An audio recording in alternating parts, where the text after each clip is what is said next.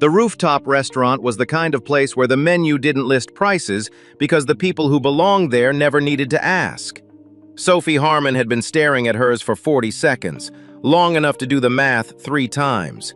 Long enough to feel the familiar tightness crawl up the back of her neck, the same tightness she'd learned to hide in checkout lines in doctors' offices, in every room where not having enough money meant not being enough. Across the table sat Darius Cole. His shirt was pressed with the kind of care that took time, not money. The cuffs were slightly frayed at the edges. He hadn't tried to hide them. When the server returned, Sophie set the menu down, kept her eyes low, and said the words she'd been swallowing since she sat down. "I'm sorry. I can't afford this date." She waited for the pity, the awkward smile, the performative generosity that would cost her something she couldn't name. Darius folded his menu shut, and what he said next, in less than 15 words, would set in motion 12 months that neither of them could have predicted and change both their lives completely. If you want to find out what he said and what happened after, stay with me. And if stories like this one speak to you, consider subscribing. There's more where this came from, and I think you'll want to be here for it. Renee Cole had a gift for seeing things other people missed. She'd noticed it in herself years ago, the way she could read a room, pick out the person carrying the heaviest invisible weight, and know without being told exactly what they needed. It was why she'd started volunteering at the community center in the first place. And it was why 3 weeks ago she'd looked at her brother across a dinner table and then thought about Sophie Harmon and felt something click into place. She hadn't explained her reasoning to either of them. She'd simply made the reservation, sent them both the address, and told Darius to wear the blue shirt. The restaurant was her idea.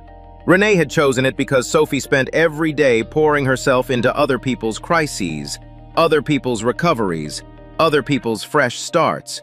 And nobody ever thought to do something genuinely nice for her. Not in a long time. And she'd chosen it because she didn't want Darius to seem like he was settling, like he was just some guy suggesting tacos on a first date without a second thought. What Renee hadn't accounted for was that neither of them could comfortably afford it. She found out later, much later. By then, it didn't matter anymore because by then, everything had already changed. Darius Cole was 36 years old, and he knew how to read tension on a person's face the way some people read weather. He'd learned it young, growing up in a house where money was something that disappeared quietly and without announcement. His mother never said they were struggling. She just stopped buying the cereal he liked, started cutting the sandwiches thinner, smiled a little wider whenever he asked if everything was okay. He'd learned to stop asking. He'd learned to watch instead. So when he sat down across from Sophie Harmon for the first time and noticed her hands go slightly stiff when the menus arrived, he knew. He didn't say anything. He picked up his own menu, scanned it once, and set it back down on the table. $42 for a vegetable dish that had been arranged on the plate like it was applying for a job. He kept his expression neutral. Before the menu situation had become a crisis, the evening had actually been going well. Remarkably well, in a way that surprised him. Darius wasn't usually comfortable in first date conversation, the kind that felt like a job interview with better lighting. But Sophie wasn't performing. She wasn't asking questions she didn't care about the answers to. When she laughed, it reached her eyes first. She told him about a painting class she ran at the community center. Women who'd been through divorces, job losses, years of being told they weren't capable of anything beautiful. She described a woman in her 50s who had painted her own portrait for the first time and then sat quietly in front of it for almost 5 minutes because she hadn't recognized herself. Not out of confusion, out of something closer to relief. Darius had told her about the apartment on Mercer Street where he'd been called in to fix the electrical panel, only to discover the tenant kept 7 cats, none of whom had any interest in moving away from the circuit breaker.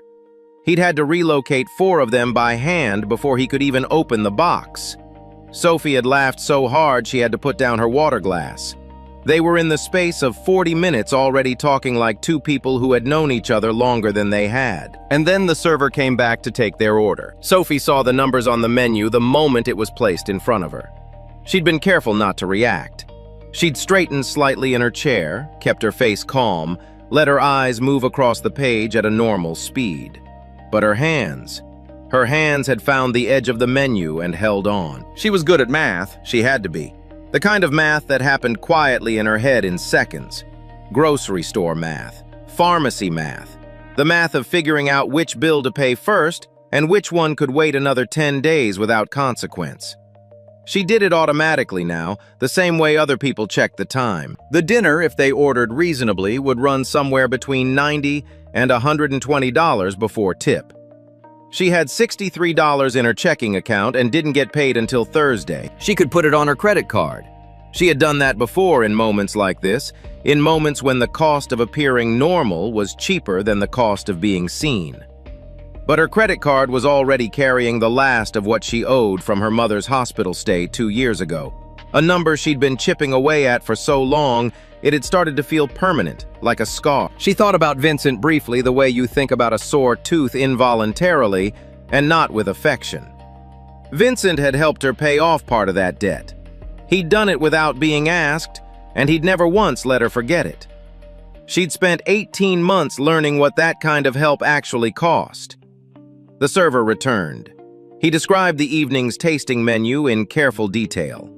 Sophie stopped listening halfway through the first course. I can't do this. The thought was simple and absolute. She could not sit here and order food she couldn't pay for and smile like it was fine because it wasn't fine, and she was so tired of pretending otherwise. She was tired of the performance. She was tired of calculating the exact cost of her own dignity. She set the menu down. I'm sorry, she said quietly. She kept her eyes on the table. I can't afford this date. The words landed. She felt them land. And then she waited for the shift in the air that always followed a sentence like that. The subtle recalibration she'd learned to brace for when someone discovered she had less than they assumed. Darius looked at her for a moment. He could see what it had cost her to say that. He could see it in the way she was holding herself, the careful stillness that people use when they're trying to take up as little space as possible. He recognized it. He'd worn it himself in different rooms at different ages for different reasons. He had options. He could pick up the check and make her feel rescued. He could laugh it off. He could say something smooth that moved past the moment without actually acknowledging it men did that he'd noticed when they didn't know how to sit with someone else's honesty.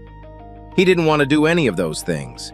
He picked up his menu, looked at it one more time, and then set it back down with the quiet finality of a decision already made. Good, he said, because I wasn't planning to pay $42 for a plate of vegetables that looks like it's been through some kind of emotional crisis. Sophie blinked. Darius turned to the server. He spoke without embarrassment, without over-explanation. He left a tip on the table, a real one enough to mean something, and said they'd be heading out before the salad did any further damage to either of their bank accounts. The server nodded. He'd seen worse. Darius stood pushed in his chair and looked at Sophie with an expression that was entirely uncomplicated. Do you prefer a burger or tacos? Sophie stood up. She wasn't sure exactly what was happening in her chest. Something between a laugh and a sob had gotten stuck somewhere around her sternum and was making it difficult to breathe normally. She gathered her jacket from the back of the chair and followed Darius toward the elevator. In the lobby, waiting for the doors to open, she finally exhaled. I've never been asked to leave a restaurant before a single dish arrived, she said. We didn't get asked, Darius said. We chose to leave. There's a difference. The elevator opened. They stepped in. Sophie looked at him sideways. He was looking straight ahead, perfectly composed, as if nothing remarkable had just happened. As if he hadn't just quietly dismantled the most humiliating moment she'd had in months and turned it into something that felt improbably like relief. You didn't have to do that, she said. I know, he said simply. Outside, the city was doing what cities do on weekday evenings, moving loud, indifferent to the small private dramas being conducted on its sidewalks. The air was cooler than it had been when Sophie walked in. She could smell rain somewhere in the distance. They walked 3 blocks south to a food truck parked near the transit station, the kind of truck that had a handwritten menu on a whiteboard and a line of 6 people who all looked like they knew exactly what they were doing. Darius ordered without hesitation. Sophie ordered after him, and when she reached for her wallet, he didn't tell her not to. He just handed his card to the window first and said, "I've got the first round. You can get the next one if you decide you want to see me again." It was, she thought, the most reasonable thing anyone had said to her on a first date in years. They found a bench near the edge of the plaza where a string of lights had been hung between two trees by someone who cared about that sort of thing. Sophie unwrapped her food. The taco was impractical to eat elegantly. She ate it anyway. "Your sister picked that restaurant," she said. It wasn't a question. "She did," Darius confirmed. "She thought she was being thoughtful. She was being thoughtful. For a version of me that doesn't exist." Darius looked at her. "What version does exist?" Sophie considered the question more seriously than he'd probably intended. "The one sitting on a bench eating a $12 taco and feeling more comfortable than she has all week." He nodded slowly, like that was an answer he understood completely. Around them, the city moved on. Somewhere across the plaza, a kid was trying to teach a dog to shake hands and failing cheerfully. A couple argued quietly over which train to take. The lights in the trees swayed in the light wind. Sophie looked at Darius and thought, "This is the part where I should be guarded. This is the part where I remember what happened last time." She remembered. She just didn't move away. "Thank you," she said finally, "for not making it into something." "Into what?" Darius asked. "A rescue," she said. "Men like to rescue. It makes them feel like the story is about them." He was quiet for a second. Then, "I'm not interested in being anybody's story." Sophie looked at him for a long moment. "Then what are you interested in?" He thought about it honestly, the way she was starting to realize he thought about most things. "An actual conversation," he said, "with an actual person, on a bench, eating tacos." Sophie turned back to her food. She was smiling, and she let herself smile because there was no one here who would use it against her. The evening was just beginning. Neither of them knew yet how much it was about to cost them, or what it would turn out to be worth. The food truck line had thinned out by the time Sophie finished her second taco. The plaza was quieter now, the kind of quiet that settles over a city block when the dinner rush has moved indoors and left the street to people with nowhere particular to be. She and Darius had been sitting for nearly an hour, and it had not felt like an hour. That was the part that surprised her most. Not that he was kind, she'd met kind men before. Not that he was funny or perceptive, or that he listened without waiting for his turn to speak. What surprised her was the absence of effort. There was no version of Darius Cole she could detect that was being performed for her benefit. He simply was what he was in whatever room he happened to be in, and she found that quietly astonishing. She'd forgotten that was possible. "Can I ask you something?" she said. "You can ask me anything," he said. "I might not answer, but you can ask." She smiled at that. "How long have you been doing this, the electrical work?" 11 years, he said.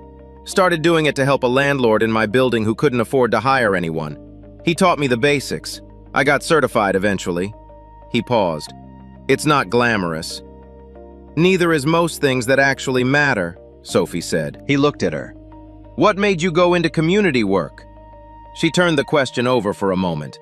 It was the kind of question that had a short answer and a long answer, and the long answer required trusting someone with something she didn't hand out casually. She gave him the long answer. Her mother had gotten sick when Sophie was 28. Kidney failure slow and then suddenly fast, the way those things go. Sophie had been working at a non-profit then, entry-level, the kind of salary that sounds reasonable until you actually try to live on it in a city. She'd taken on the medical bills because there was no one else. Her mother had no savings. Sophie had no savings either, just a credit card with enough room on it to cover the first few rounds of treatment. She'd managed. That was the word she used for the 2 years that followed, managed. She'd managed to keep her apartment.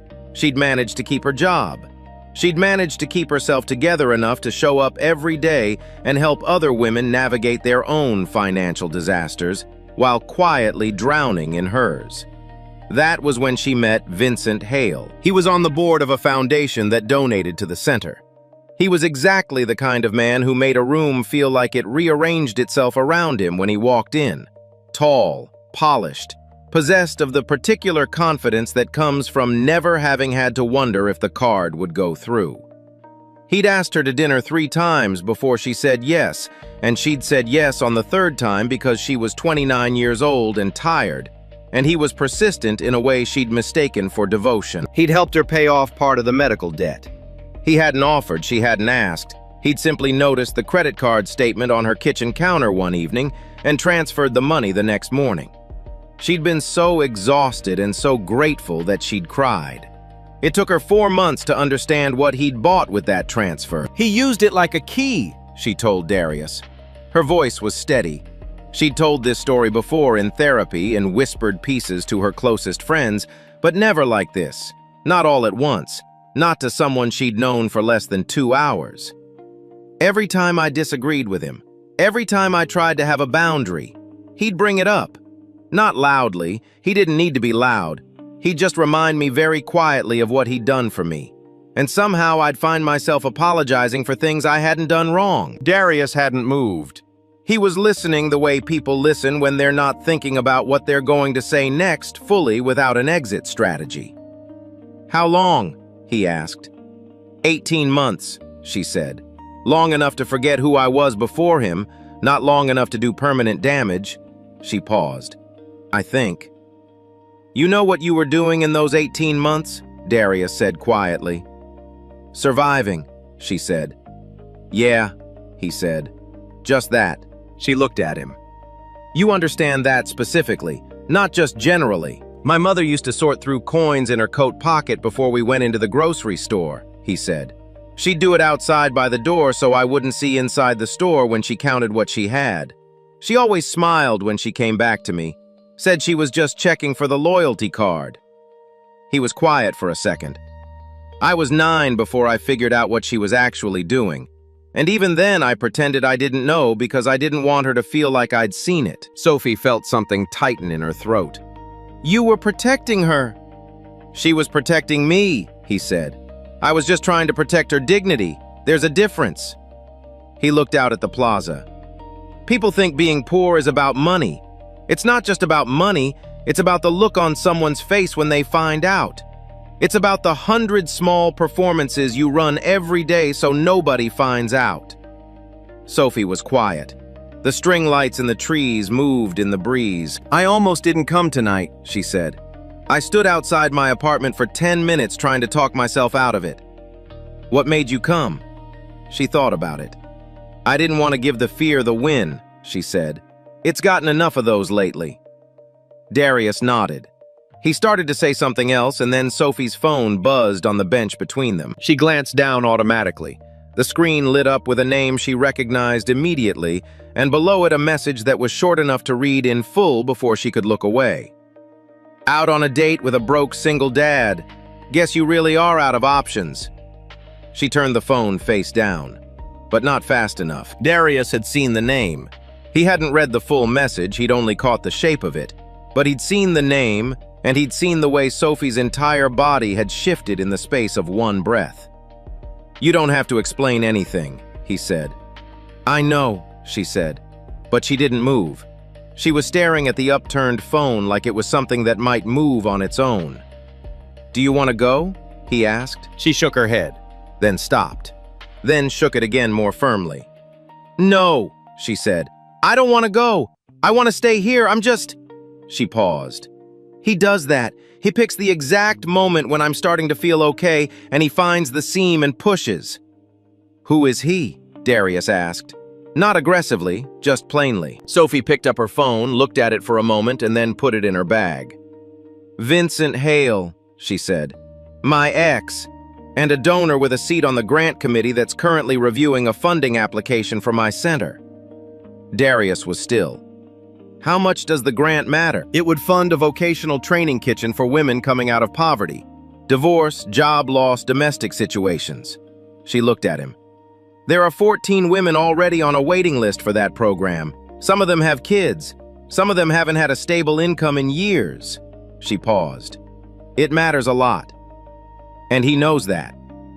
He's always known exactly what matters to me," she said. "That's how he operates. He doesn't threaten directly. He just reminds you of what's at stake." Darius was quiet for a long moment. Around them, the city moved on, indifferent. If you leave right now because of that message, he said finally, he's the one who decided how tonight ends. Sophie looked at him.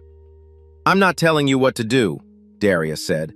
I'm just saying it's still your call, not his. She sat with that for a moment.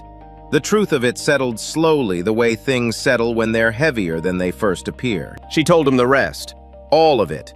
The messages, the veiled threats, the way Vincent had photographed her once before outside the center and sent it with a one-line comment that made clear he'd been watching. She told Darius that she'd spent 6 months after leaving Vincent operating on the assumption that any move she made in her personal life was being monitored, weighed, filed away for later use. Darius listened without interrupting. When she finished, he didn't offer solutions. He didn't tell her what she should do or how he would handle it if it were him. He said, "That sounds exhausting." "It is," she said, and felt unexpectedly like she might cry, not from sadness exactly, but from the simple relief of having someone say the right thing. They sat in silence for a few minutes. It was not an uncomfortable silence. It was the kind that happens between two people who have just exchanged something real and are allowing it to settle. Two people who had been bruised by life in ways that left no visible marks, and who had, despite every reason not to, shown up anyway. The call from Renee came the next afternoon. Darius had been on a job in the Riverside district, rewiring an outlet panel in a building that hadn't been properly updated since 1987. He took the call on his break, sitting on a folding chair in a stairwell with a thermos of coffee that had gone lukewarm an hour ago. "Why that restaurant?" he asked his sister without preamble. Renee was quiet for just a beat too long. "Because Sophie deserves to be taken somewhere nice. She never does anything nice for herself." It's not nice if neither of us can afford it. Another pause. "I should have asked." "Yeah," he said. "You should have." He heard her exhale. "There's something else," she said. He waited. The center needs electrical work done, Renee said. "The kitchen they're trying to set up for the vocational program, the wiring's old. The ventilation needs work, and they have about half the budget they'd need to hire a standard contractor." She stopped. "I was going to mention it to you, after the date. I thought if things went well, it might be a natural." "Renee, I know. You turned a first date into a job referral pipeline. That is an uncharitable interpretation of my intentions." "Is it wrong?" She was quiet. "No," she said finally. "It's not wrong. I thought I was helping both of you. I should have told you up front." Darius rubbed the back of his neck. "Does Sophie know about the job?" "She might," Renee said carefully. "She was at the center this morning when I called to check in with the program director. I mentioned it while she was nearby. I didn't realize she could hear." He closed his eyes briefly. "Renee, I know," his sister said again with the specific tone of someone who knew and was sorry, but also believed somewhere under the sorry that things would probably work out. They did not immediately work out. Sophie had been standing near the program director's office when Renee's call came in. She hadn't meant to overhear. She'd been on her way to the supply closet and simply caught enough Renee's name, the words, "electrical work, my brother," the date last night, to understand the shape of it before she'd taken 3 more steps. She kept walking. She went to the supply closet. She stood inside it for a moment with her hand on a shelf of printer paper and let the connections arrange themselves. Darius's sister volunteered at the center. Darius does electrical work. Renee set up the date. Renee mentioned the job to the program director the morning after. She understood logically that Darius hadn't orchestrated anything. She believed that. But logic, and the part of her that had spent 18 months being managed and arranged and quietly maneuvered, were not currently on speaking terms. She wasn't angry at him. She was angry at the feeling, the familiar nauseating feeling of being the last variable in someone else's equation. She went back to her desk, closed her office door, and sat still for 3 full minutes. Then her phone buzzed. A text from a number she'd saved the night before. "I just got off the phone with Renee. I found out about the job today same time you did. I want to be clear, I didn't know when we met last night. I'm sorry she handled it this way. If you want to talk, I'm available. If you don't, I understand that too." 30 seconds later, a second message arrived. For what it's worth, I'm not interested in being anybody's arrangement either. Sophie read both messages twice. She put her phone in her pocket and went to the small courtyard behind the center, the one with the broken fountain that nobody had fixed yet, and the single bench that faced the back wall. She sat down and looked at the fountain for a long time. She thought about the bench the night before and the tacos and the string lights. She thought about the way Darius had said, "It's still your call," without making it sound like a lesson. She picked up her phone and typed, "Can we meet in person?" His reply came in under a minute. Name the place. They met at a coffee shop 3 blocks from the center. Mismatched chairs, a chalkboard menu, no ambient music. Sophie was already there when Darius arrived. She had a coffee she hadn't touched. He ordered nothing and sat down across from her. "I want to say something before you do," he said. She nodded. "I didn't know about the job when Renee set up the date," he said. "I found out yesterday same time you did. And I want to be clear, I'm not interested in walking into your workplace through a side door someone else opened for me. If the center needs electrical work done, I can put in a formal proposal like anyone else would. Or I don't.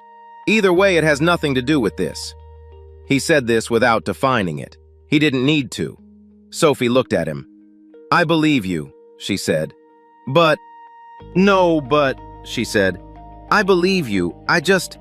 She stopped, wrapped both hands around her coffee cup. "I have a pattern of being arranged, of being the last person to know what the plan is. Vincent did it for 18 months and I didn't see it until I was already inside it. And then Renee..."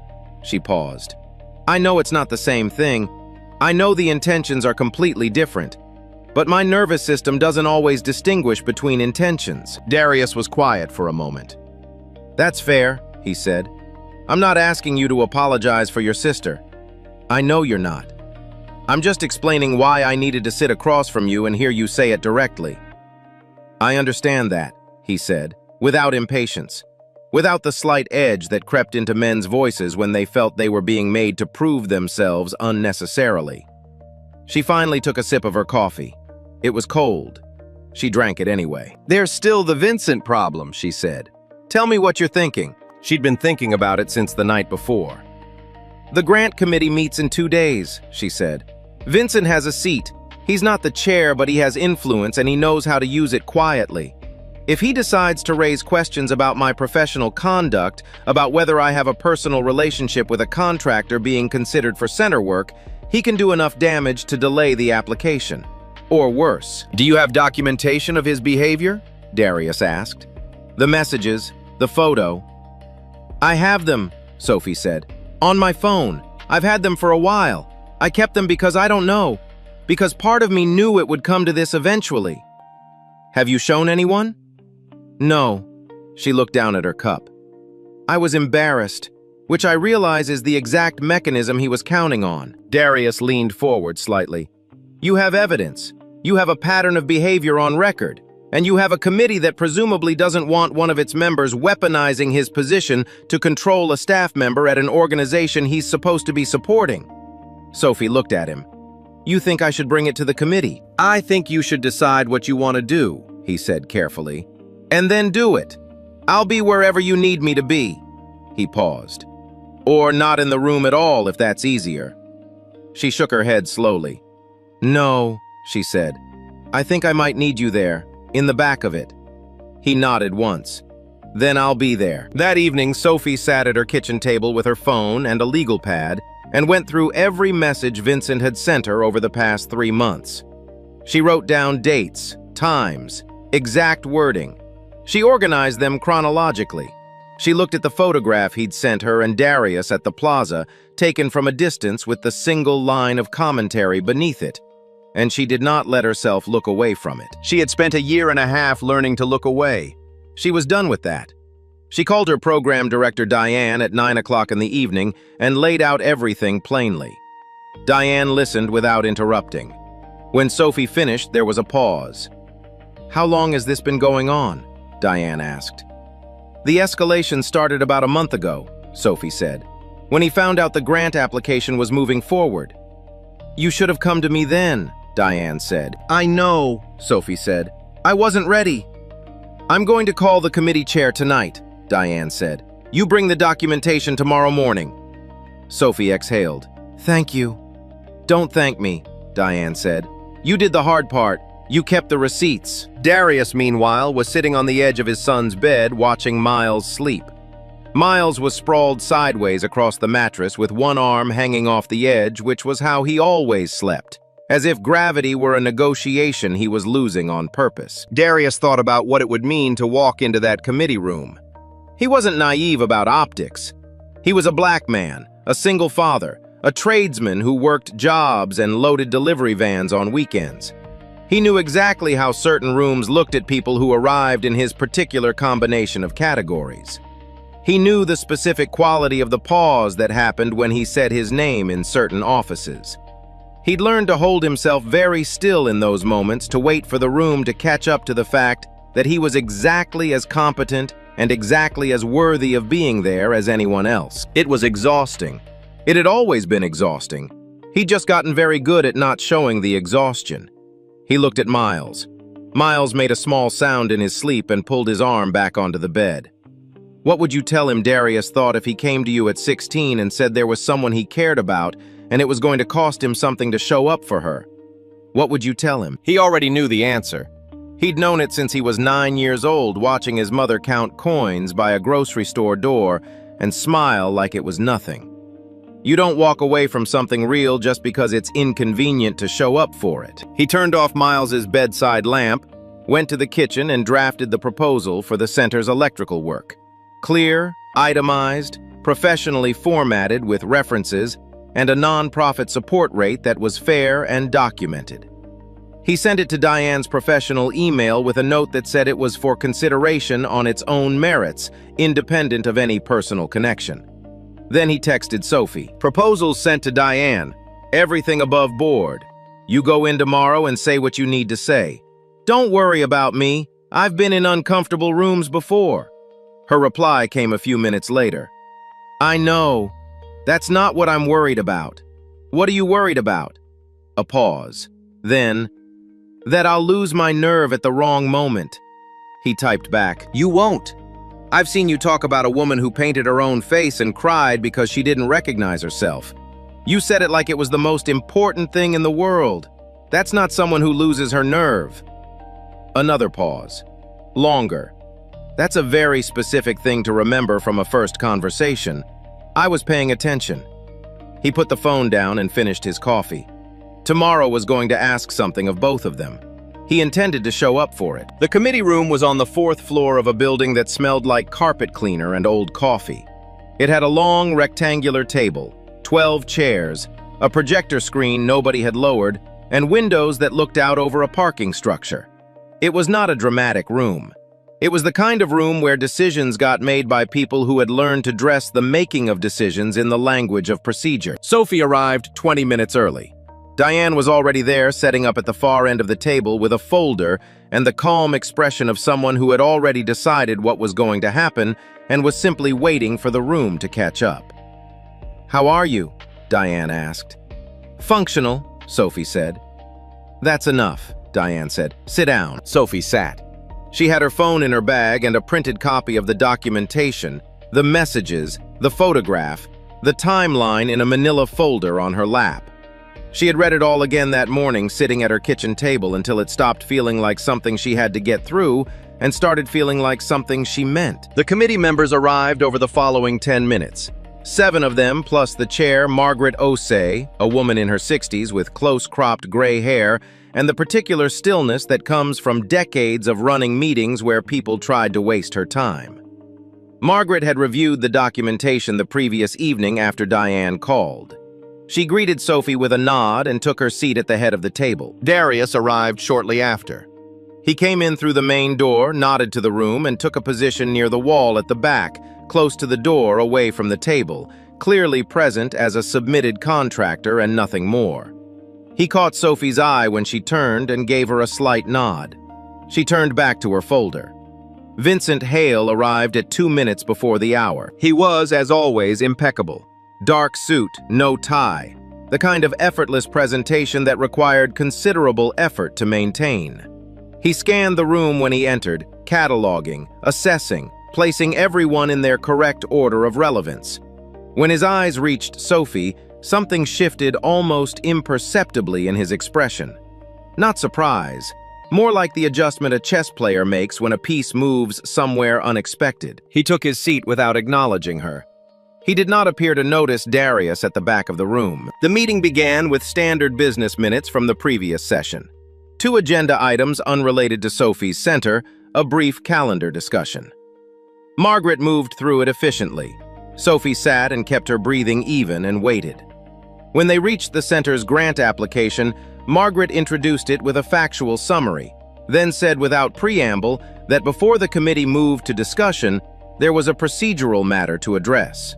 She looked at Vincent. "Mr. Hale," she said, "the committee has received documentation suggesting that you have been in contact with a staff member of this organization outside the scope of your board responsibilities in a manner that may constitute a conflict of interest. I'm going to ask you to listen without interrupting while Ms. Harmon addresses the committee directly." Vincent's expression did not change. He folded his hands on the table and waited with the composed patience of a man who had never been removed from a room and did not believe today would be any different. Sophie stood up. Her voice was steady for the first sentence. She had rehearsed it enough times that the steadiness was real, not performed. She told the committee the truth. She told them about the debt, about Vincent's help, about the 18 months she'd spent understanding what that help had actually cost her. She told them about the messages, the escalation that began when the grant application moved forward, the photograph taken without her knowledge from a public location outside a private meeting, the explicit references to the committee and messages designed to make her feel that her professional future was contingent on her personal compliance. She placed the printed documentation on the table. "I kept these," she said, "because I knew eventually that silence was going to cost more than I could afford to keep paying." She sat down. The room was quiet. One committee member was looking at the photograph. Another was reading through the message thread. Margaret was looking at Vincent. Vincent unfolded his hands. "I think," he said in the measured tone of someone who had decided on measured as a strategy, "that what we're seeing here is a personal situation being brought into a professional context in a way that's understandably emotionally driven. Sophie and I had a complicated relationship. Breakups are messy. I don't think it serves the committee to—" "Mr. Hale," Margaret said. He stopped. The photograph was taken from a public location outside a private meeting between Ms. Harmon and an individual unconnected to this committee, Margaret said. It was then sent to Ms. Harmon with a direct reference to this committee's upcoming session. That is not a personal matter. That is a conduct matter. She paused. "Is there anything you'd like to say about the specific messages dated the 14th, the 17th, and the 21st of this month?" Vincent looked at the folder in front of Sophie. For the first time since he'd walked in, the shift in his expression was visible to the whole room. He said nothing. Margaret looked at him for a moment longer. Then she addressed the committee. "We'll take a brief recess. Mr. Hale, I'm going to ask you to step outside." Vincent stood. He pushed back his chair slowly, the way people do when they want the pace of their exit to suggest it was their choice. He picked up his portfolio. He straightened his jacket. He moved toward the door. As he passed the back wall, he noticed Darius for the first time. He stopped. He looked at him, taking in the dark pants, the clean button-down, the complete absence of apology in his posture, and spoke in a quiet, conversational tone that carried clearly in the silent room. "You genuinely think you belong in a room like this?" Every person at the table heard it. Darius didn't move. He met Vincent's eyes with an expression that was entirely calm. Not the calm of someone suppressing something, but the calm of someone who had nothing to prove and knew it. He said nothing. He simply looked at Vincent and waited. Vincent held the look for a moment, found nothing useful in it, and walked out. The door closed. Sophie, who had been half out of her chair, settled back down. She looked at Darius. He gave her the same slight nod from when she'd walked in. "You've got it, keep going." She turned back to the table. Margaret returned the meeting to order after 7 minutes. The committee voted to proceed with the grant review without Vincent's participation, pending a formal inquiry into his conduct. The center's application moved to final review with a recommendation to approve. Margaret then turned to the question of the contractor proposal. Diane read the summary aloud, itemized scope of work, timeline, non-profit support, rate, references. She noted that the proposal had been submitted through official channels prior to the committee meeting, unsolicited by any center staff member. One committee member asked whether there was a personal connection between the contractor and center staff. Sophie answered before Diane could. "Yes," she said. "We've met socially, twice. The proposal was submitted independently at a rate consistent with similar work for comparable organizations, and I had no involvement in its preparation." She paused. "I'd also note that the reason we're discussing transparency today is because I brought the documentation forward. I'm not interested in replacing one form of compromise with another." Gerald, a committee member who had been quiet for most of the meeting, looked up from the proposal. "The rate here is genuinely fair," he said. "I've seen what standard contractors charge for this scope of work. This is not that." The committee voted to advance the application to final review with a recommendation to approve the contractor proposal pending a standard reference check. The door that Vincent had been standing in front of, using his body to block the light, had been opened. Sophie found Darius in the hallway afterward. He was leaning against the wall beside a water fountain, unhurried, as if he'd decided to wait as long as necessary. He looked up when he heard her. "How are you?" he asked.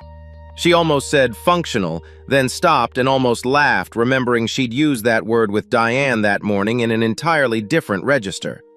Strange how the same word could mean such different things depending on which side of something you were standing on. "Better," she said instead. "Actually better." He nodded. Gerald liked the proposal. Gerald has good taste.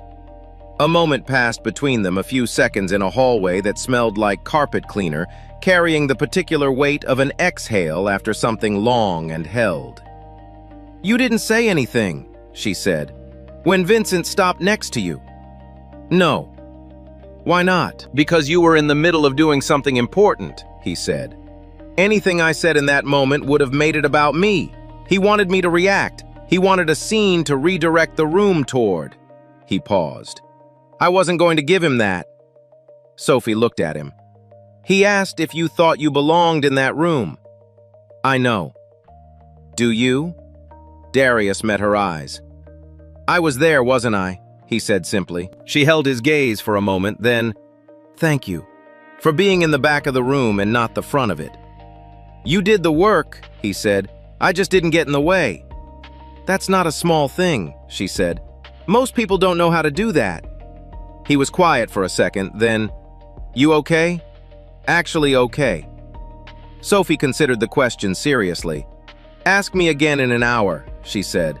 "I'll still be around in an hour," he said. She looked at him, this man she had known for less than a week, who had folded a menu shut and suggested tacos, and shown up to the back of a room when she needed someone in the back of it. "There's a bench outside," she said. "The good kind, with trees." "Lead the way," he said. She did.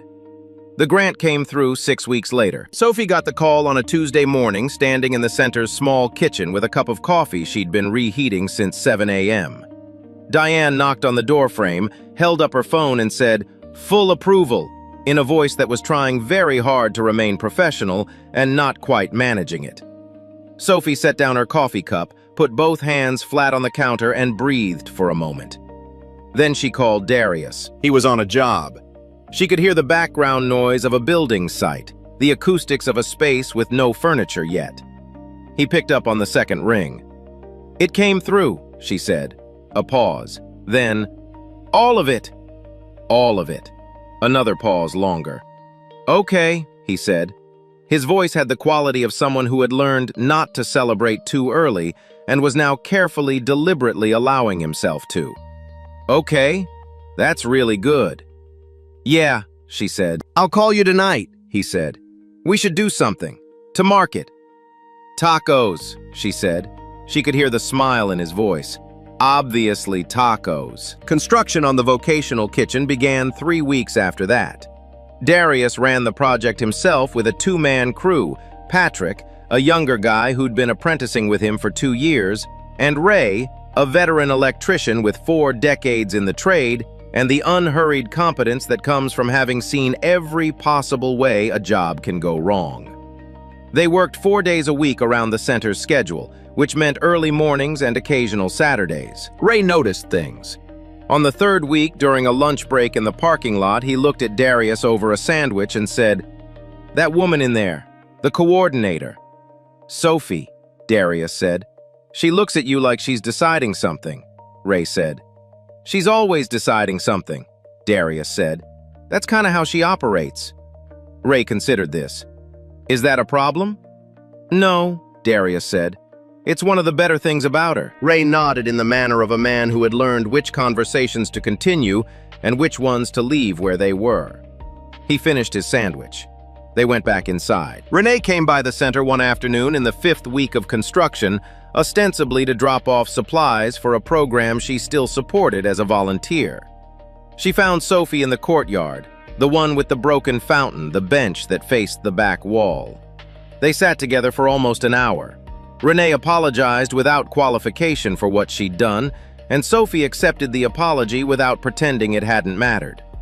By the time Renee left, something between them that had been held at a careful distance had quietly, without ceremony, moved closer. Miles met Sophie on a Thursday afternoon in the 8th week. His after-school program had ended early due to a burst pipe, and the backup childcare option had canceled, and the alternative was bringing a 9-year-old to a job site for 2 hours, which was not ideal but was workable. Miles was the kind of kid who assessed new situations quickly and adapted without complaint. He had his father's quality of watchful calm and his own particular sociability. He would talk to virtually anyone who seemed interesting and simply not engage with anyone who didn't. He decided Sophie was interesting approximately 4 minutes after meeting her on the basis of a conversation about which animals would win in a series of hypothetical matchups that Sophie engaged with complete seriousness. "Okay, but a single gorilla versus 3 large dogs," Miles said. "Gorilla," Sophie said without hesitation. "Everyone says gorilla," Miles said with the frustration of someone whose thought experiment kept yielding consensus. "What about a gorilla versus a tiger?"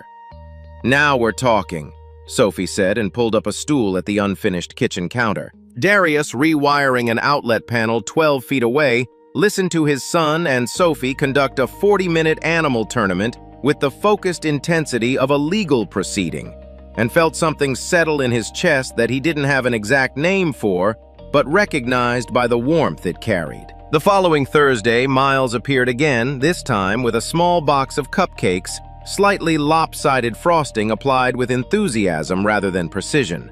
He presented them to Sophie with the solemnity of someone delivering a formal document. "Dad said you like sweet things," Miles said, "but not too expensive." Sophie looked up at Darius. Darius was suddenly very interested in the outlet panel. "He's right on both counts," Sophie said, keeping her voice entirely composed. "I made them," Miles said. "They're a little crooked." "Crooked ones taste better," Sophie said. "It's a well-established fact." Miles looked skeptical, but accepted this. He helped himself to one proceeding on the assumption that the gift and the right to partake from it were a single transaction. Darius walked over and stood beside Sophie at the counter. "You're embarrassed," she said quietly. "Profoundly," he said. "Don't be," she said. "It's the best gift I've gotten in a long time." He looked at her. Then he said quietly the thing he'd been finding words for since the night on the bench. "I want to say something, and I want to say it plainly. The night you said you couldn't afford the date, I wasn't moved by that because it was brave. I mean, it was. But that's not the point." He paused. "I was moved because you told the truth in a moment when it would have been so much easier to fake it. And you've kept doing that. Every time it would have been easier to manage the situation, you told the truth instead. That's not common, and I don't take it lightly." Sophie looked at him for a long moment. "You've been doing the same thing," she said. "I've been trying," he said. She nodded. Then, "I'd like to keep doing this, whatever this is, with some intention behind it." "So would I," he said. Miles looked up from the counter. "Are you guys doing the thing where adults talk around what they mean?" Yes, Darius and Sophie said simultaneously. Miles returned to his cupcake satisfied. Vincent Hale was formally removed from the committee 4 months after the meeting. He retained his money and his business interests because those things were not on trial. What he lost was access to the committee, to the center, to the leverage point he'd spent months constructing. Sophie received the notification by email on a Wednesday afternoon. She read it once, put her phone face down, and went back to the intake form she'd been completing for a new program participant. She did not feel triumphant. She felt mostly tired, in the specific way of someone who has been carrying something heavy for a long time and has finally been allowed to set it down. She texted Darius that evening, "It's done." His reply came quickly. "How do you feel?" She thought about it honestly. "Like I can stop looking over my shoulder." "Good," he wrote back. "You've got better things to look at." She laughed at her phone alone in her apartment, which was, she thought, one of the genuinely good developments of the past several months. A year after the rooftop restaurant, Darius drove them both back to the same block. Sophie didn't realize where they were going until they turned the corner, and she recognized the building, the dark glass exterior, the potted topiaries, the tasting menu still printed on a card and displayed by the door. She read the prices and laughed. "Still not happening," she said. "Correct," Darius said. He reached into the inside pocket of his jacket and produced 2 foil-wrapped tacos, still warm from the place 3 blocks south of the community center that had become, over the past year, the kind of establishment that remembered their order before they finished placing it. Sophie stared at them. "You planned this." "I planned this," he confirmed. "You drove us to an expensive restaurant specifically to eat tacos in front of it." "I drove us to the place where you told me the truth," he said. "The restaurant is just scenery." They walked half a block to a bench under a streetlight that threw a warm circle of yellow onto the pavement. They sat down. Sophie unwrapped her food. The city moved around them. A kid walking a dog that had decided a fire hydrant required extensive investigation. A bus going by, mostly empty, its windows lit warm against the dark. Somewhere above them, a rooftop restaurant was serving $42 vegetable dishes to people who didn't need to ask the price. Down here on a bench, 2 people who had told each other the truth sat in the quiet that belongs to those who no longer need to perform for anyone. "If I hadn't said it," Sophie said, "that night, if I just put it on the card and pretended, then we'd have had a very expensive dinner," Darius said, "and I probably would have walked you to your car and gone home wondering if you were actually as comfortable as you seemed. And instead, he said, I went home wondering if I'd just met the most honest person I'd talked to in years." He paused. The answer was yes, for the record. Sophie leaned her head against his shoulder. The taco was impractical to eat in this position. She ate it anyway. "Thank you," she said, "for not making it a rescue." He rested his head lightly against hers. "Thank you for not needing one." The city carried on around them, indifferent and alive. And on a bench under a streetlight with foil wrappers and no audience, 2 people who had been made to feel small by the same world for different reasons, in different rooms over different years, sat together in the particular warmth of having chosen each other honestly. That's where their story leaves us. Not with a grand gesture, not with a speech, just 2 people on a bench telling the truth, asking nothing of each other except to keep doing that. There's something in this story that I think a lot of us recognize, that moment when you're about to hide yourself and someone makes it safe not to. Those moments are rare. The people who create them are rarer still. If this story stayed with you, if it reminded you of something true about the way real connection works, consider subscribing. There are more stories here, and every one of them is built around the same idea, that the most extraordinary things happen between ordinary people when they decide to stop pretending. We'll see you in the next one.